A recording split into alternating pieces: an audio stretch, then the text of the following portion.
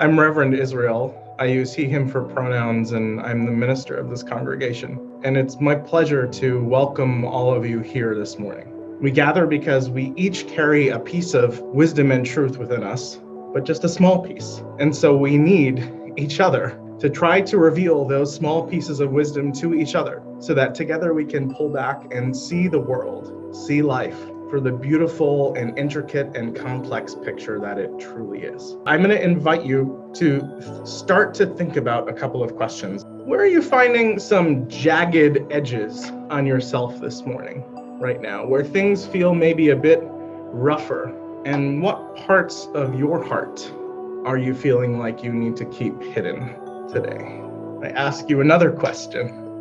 I wonder if you feel more comfortable around perfect people or imperfect people, if such a thing exists, perfection. Spirituality is not about finding our rough edges and smoothing them or sanding them away till we are like this perfect, smooth stone. Even though we might think of spirituality as organized religion, as the thing that breaks off those jagged edges, I submit this morning that spirituality, the purpose of spirituality, is to embrace the jaggedness and the brokenness. So if you, despite all of the spiritual practices that you do, the prayer or the meditation, all of the yoga that you do, or the crystals that you hang in your house, if you, despite all of those things or whatever they are for you, find that you are still feeling a little jagged and you cannot manifest all of the joy you want in your life, like you are more human than divine, well, I have good news for you. You are not alone. You see, it is those jagged parts of ourselves, I submit,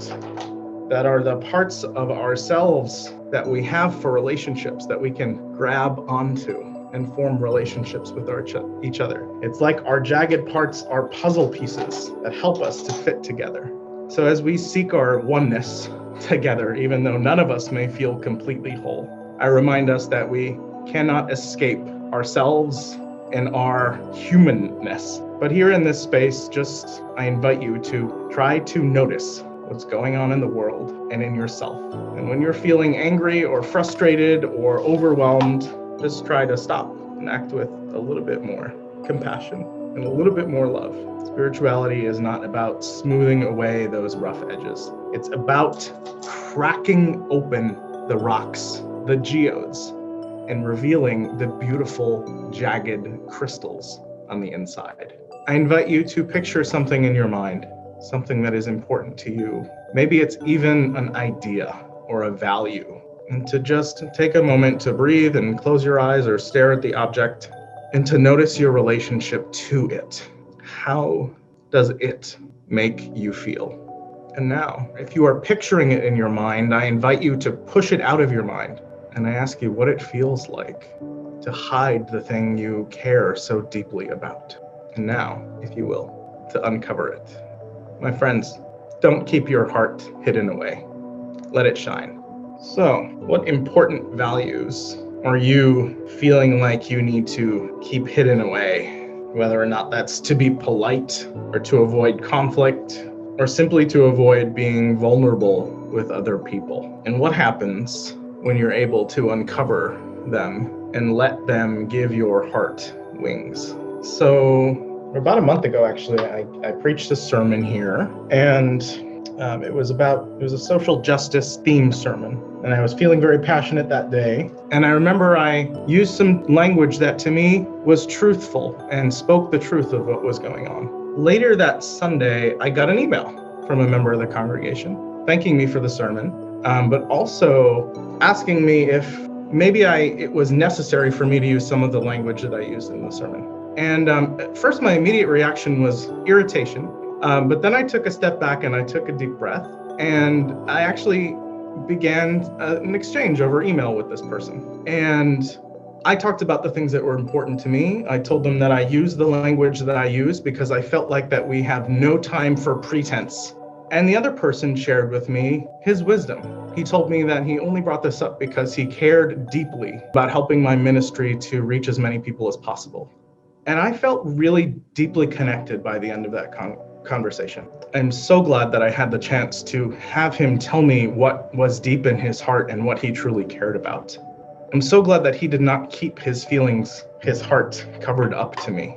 My friends, do not keep your heart covered up for the sake of being polite. Being honest with each other, even if it means some conflict, is vital to having community, speaking your mind, even if you think it's not the polite thing to do. Because otherwise, what are we doing here together if we can't be honest with one another? Now, there was one more thing in the emails that I had back and forth with him, and he reminded me of the 3 gates of Rumi. Rumi, the Muslim philosopher poet, had a saying that before you speak, let your words go through 3 gates.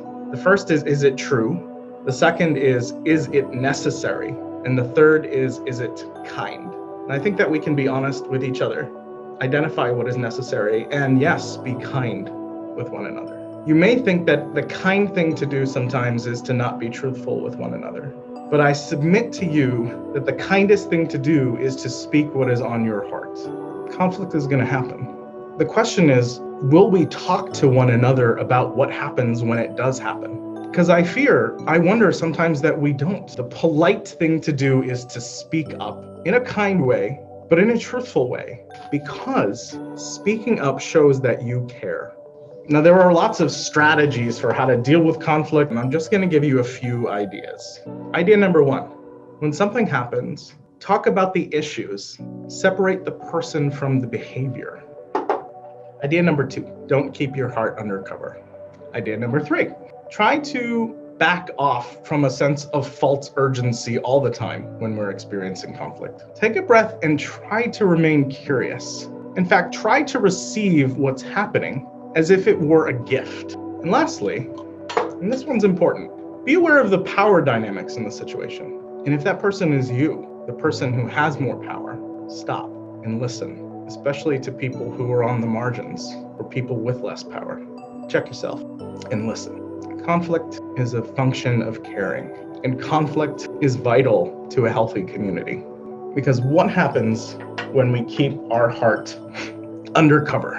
If you put a plant underneath a shaded cover, it will never grow. And if you take a cover and a beautiful bright flame and you cover it up, you'll find that our chalice, the beautiful bright flame of truth and light and knowledge in our chalice, will be snuffed out under heavy blankets of silence.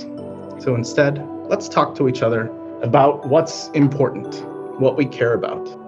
And together, let's discover and learn and grow and become something more beautiful, not more perfect, but become something new and beautiful together, where we can grab onto those jagged edges.